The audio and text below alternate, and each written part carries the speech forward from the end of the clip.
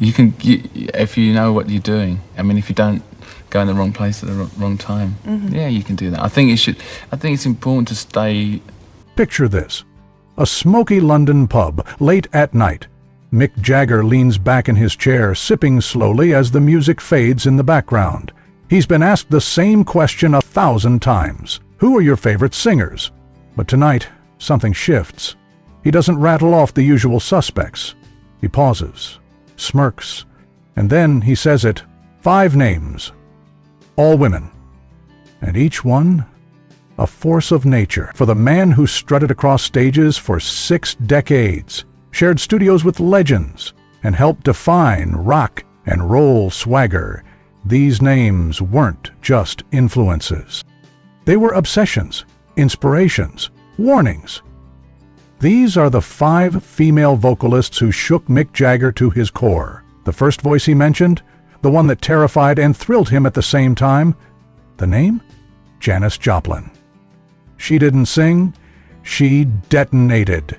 She didn't walk into a song, she blew the doors off it. Janis Joplin was chaos wrapped in denim and whiskey. Her voice wasn't just gravel, it was thunder in a bottle. Jagger saw her live in 1969 at Madison Square Garden. She walked out barefoot, hair wild, a bottle in one hand and heartbreak in the other. When she hit the chorus of Piece of My Heart, even Keith Richards, legendary for never blinking, stood still. Silent. She was a storm.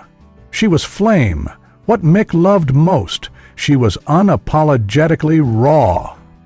She didn't flirt with the mic. She devoured it.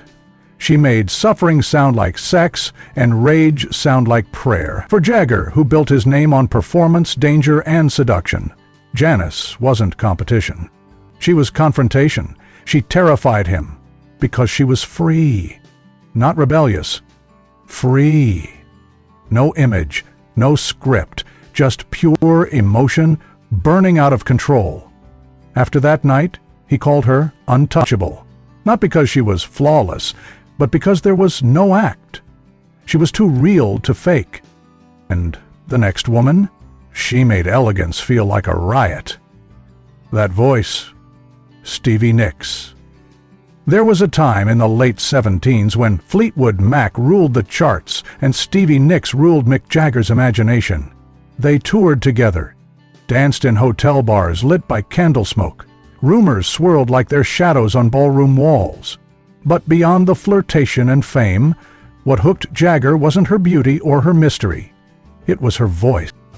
The child talks about the, what was it like to be in the 50s, and then the child says, was it all just fashion? Because kids like the Basquiat haunted spell that wrapped around every syllable, every line. He once said she could make even a goodbye sound like a prophecy. And when she sang Gold Dust Woman live, he didn't just watch, he surrendered, like a man under hypnosis, eyes wide from the wings. Stevie didn't belt, she conjured. She wasn't loud, she was magnetic. In a world full of screaming frontmen and posturing stars, her power came in quiet waves. Her presence didn't crash in, it crept under your skin. For Jagger, whose persona danced on chaos, Stevie was something stranger. Calm and commanding, a storm in slow motion. But if Stevie floated, the next woman struck like a hammer. Her name? Tina Turner. Tina didn't just move, she erupted, fire in her eyes, storm in her stride. Jagger had always been a student of performance, of movement, of how to make a stage burn. But Tina? Tina made the stage feel like it was trying to keep up. She wasn't a performer, she was a cyclone wrapped in sequins and muscle. She didn't walk out, she exploded onto it. Every stomp was a thunderclap, every scream a battle cry. She didn't perform, she conquered. Her body, her voice, her presence, it was all war. And the crowd never stood a chance. She didn't just move to the rhythm. She punished it, redefined it, bent it to her will. When they finally shared the stage in 1985 for State of Shock, Jagger, one of the greatest performers alive, felt himself disappear beside her. Later, he confessed, she nearly blew him off it. and everyone who watched knew she did. In those few minutes, she reminded the world that even legends can be outshined when true power takes the mic. Her voice had muscle, her rhythm had rage, her energy was relentless. Every note came with sweat and fury, but never chaos. Only precision. She controlled the storm she unleashed. For Mick, Tina wasn't just a singer. She was a masterclass in power, sweat, and soul. She didn't need lights or tricks. Her presence alone lit up the room. She didn't ask for attention, she demanded surrender. And then came the voice that felt like velvet poured over a gun. Chrissie Hynde. With the Pretenders, Chrissie brought punk edge and polished cool in equal measure. She could spit venom and still sound sultry. Mick admired that duality deeply, because it was rare to find someone who could sound dangerous and seductive in the same breath. She wasn't trying to please. She was daring you to flinch. They met in the early 1800s, when everything in rock was either burning down or being reborn. He expected fire. What he got was steel.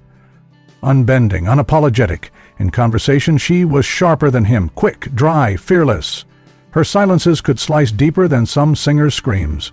On stage, she didn't sweat or plead. She ruled, cold, precise, magnetic. She had the presence of someone who didn't care whether you liked her, and that made you unable to look away. And when she sang Brass in Pocket, it wasn't a request. It was a warning wrapped in lipstick.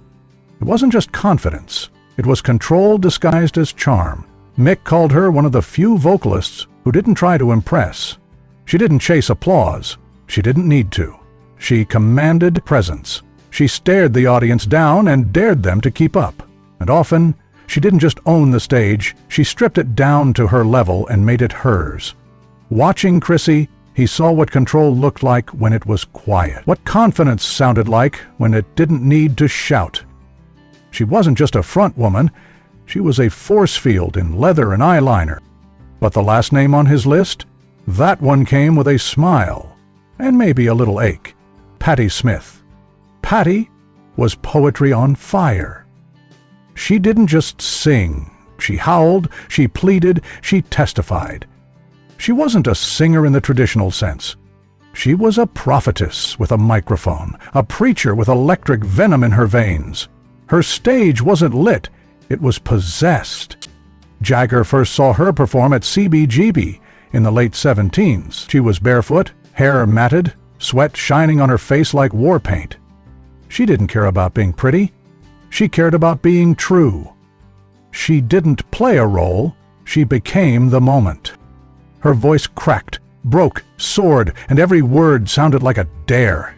She was unpredictable, raw, and just unstable enough to be transcendent. What struck him most wasn't her pitch, it was her defiance. Patti didn't entertain, she confronted. She stood in the chaos and made you look her in the eye.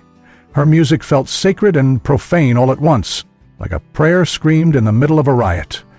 It was art and aggression, tenderness turned inside out. To Jagger, who had built a career on pushing limits, she was more than a kindred spirit. She was a warning shot.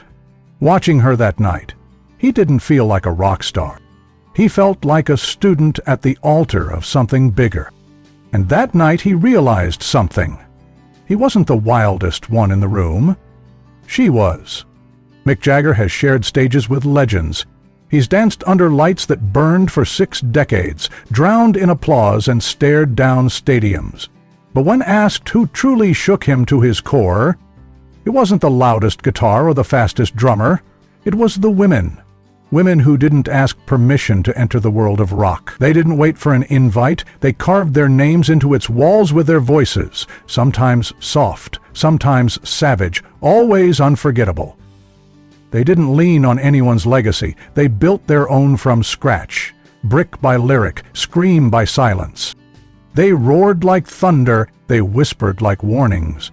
They haunted, seduced, shattered, and soared. They sang with their teeth bared, their hearts exposed and their backs turned to anyone who told them to stay quiet. And each time, they reminded him that real power doesn't need volume, it needs truth.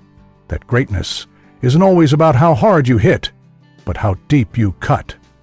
To this day, their voices echo in every stage he steps on, in every line he writes. Their presence lingers like smoke after a fire, not because he mimicked them, but because he witnessed something holy in their chaos, and knew that in a world full of kings, these were the queens who never needed crowns.